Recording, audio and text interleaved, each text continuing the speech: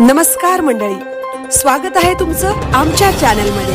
आवाज महामुंबईचा, शोध बातमीचा, कौल मनाचा। चला तर मग आमचे चॅनल लाईक करा, शेअर करा आणि सबस्क्राइब करा। धन्यवाद।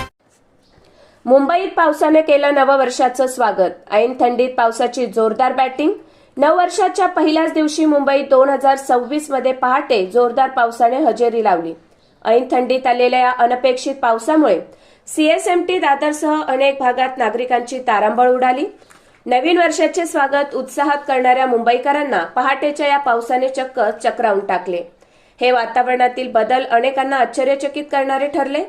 नवीन वर्षात पाऊल ठेवताच मुंबईकरांना सरप्राईज मिळालं आहे। संपूर्ण महाराष्ट्रात हिवाळ्याचा जोर वाढत असल्याचं चित्र असताना मुंबईत काही भागात पावसाची रिपरिप सुरू आहे।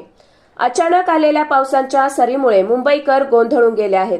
गेल्या काही दिवसात राज्यातील अनेक भागांमध्ये किमान तापमानात लक्षणीय घट झाली असून काही ठिकाणी तापमान थेट 10 अंश सेल्सिअसच्या खाली घसरलं आहे।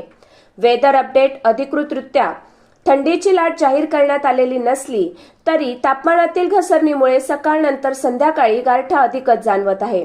पुढचे 4 दिवस गारठणार महाराष्ट्र। हवामान खात्याच्या अंदाजानुसार पुढील काही दिवस उत्तर महाराष्ट्रात थंडीचा प्रभाव चांगलाच जाणवणार आहे। तिथे तापमान 1 अंकी म्हणजे 7 ते 8 अंशाच्या दरम्यान राहू शकतं। तसेच मराठवाडा, विदर्भ आणि उत्तर महाराष्ट्रातील नागरिकांसाठी पुढील 4 दिवस थंडी कायम राहण्याचा इशारा भारतीय हवामान विभागाने दिला आहे। वाढतं धुकं दाट होत असल्याने नागरिकांनी वाहन चालवताना काळजी घ्यावी असे आवाहनही करण्यात आले आहे। आवाज महामुंबईचा चॅनलसाठी दिलीप निकम, मुंबई।